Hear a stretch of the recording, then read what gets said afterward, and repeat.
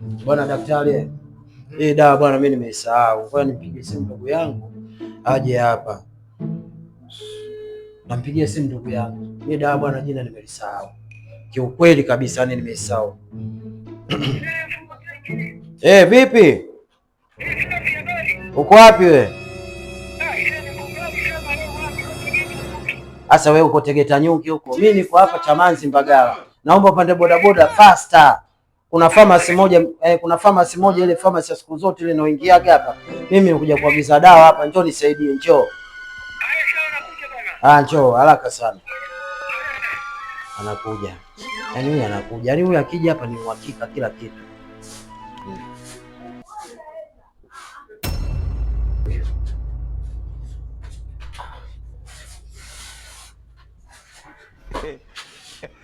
Digi. Vipi? Safi habari? Salama. Nimetoka mbali sasa, nimetoka Tegeta Nyuki. Sasa mimi nimekuja hapa na matatizo, lakini sasa kumwambia daktari na kuwa unaona sijui zile dawa. Umenelewa? Ndio nikasema kwa nimpigie ndugu yangu simu aje hapa. Sasa kati ya mimi na huyu anayeuza dawa nani mtaalamu? Huyo ndo mtaalamu. Sasa kama mtaalamu mwambie shida yako, usimfiche kwa sababu mficha maradhi kifa umuumbua. Mimi nakojoa maziwa. Mimi sinamwambia bwana. Sasa mwambie. Mwambie wewe mwambie. Sikiza, mueleze kwamba wewe tayari umeokoa.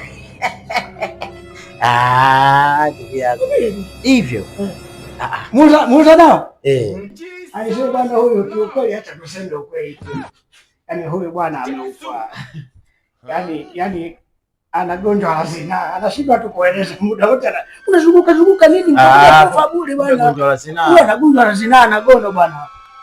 Usiseme kama una gono. Mimi nilikuwa sijui kama gono. Mimi nilikuwa naona tu nakojoa maziwa lakini daktari sijamuelezea. Mueleze. Mbona mtafutie dawa vile vidonge vya rangi mbili? Siku nyingine sikiliza. Unatakiwa uwe makini hapa mjini. Hayo magonjwa yalikuwa miaka hiyo mpaka sasa hivi bado yapo, usichukulie poa. Utakuja kufa sasa hapo umepata gono. Ingekuwa umepata ukimwi. Na mimi nilikuwa najua uliponiambia nimeokoa nikajua nimeokoa mazingira yale. Ndio maana nikanacheka nikasema mbona kama ananiletea dharau. Unanileteaje mimi dharau? Mimi nimeokoa. Sasa mwambie akupe hivyo vidonge. Lakini acha kunisumbua nimetoka kufanya. Nakupigia simu hii kiasi. Lakini kuna masuala ya magonjwa ya zinaa yapo. Hiyo wanasema gono amepima. Sababu unaweza ukasema unatibu gono kumbe ana kaswende. Kwani kaswende na gono kuna tofauti? Kuna tofauti kubwa. Hebu nipe tofauti yake. Kwa hiyo unapokuwa unasema anakojoa maziwa, hiyo dalili za awali. Naam. Magonjwa ya zinaa kwenye dalili za awali zinakuwa zinaendana. Gono, pangusa, kaswende zinakuwa sawa. Pangusa hiyo pangusa yaani pangusa ni afadhali hata mtu akushike. Ile hivi. Sikilize. Hiyo pangusa afadhali mtu akushike bega. Hiyo pangusa mazingira yote yanaondoka. Yaani mazingira yote yanaondoka, usije ukaombea hiyo pangusa. Ugonjwa mwingine ni upi wa zinaa? Kwa hiyo katika magonjwa yote ya zinaa, huyu itakiwa apime ajue gonjwa lake lipi linalomsumbua. Kwa hiyo hapo unaweza ukafanya kama tu utabiri. Lakini ibidi apime ajue kabisa anatumia dawa ya ugonjwa fulani.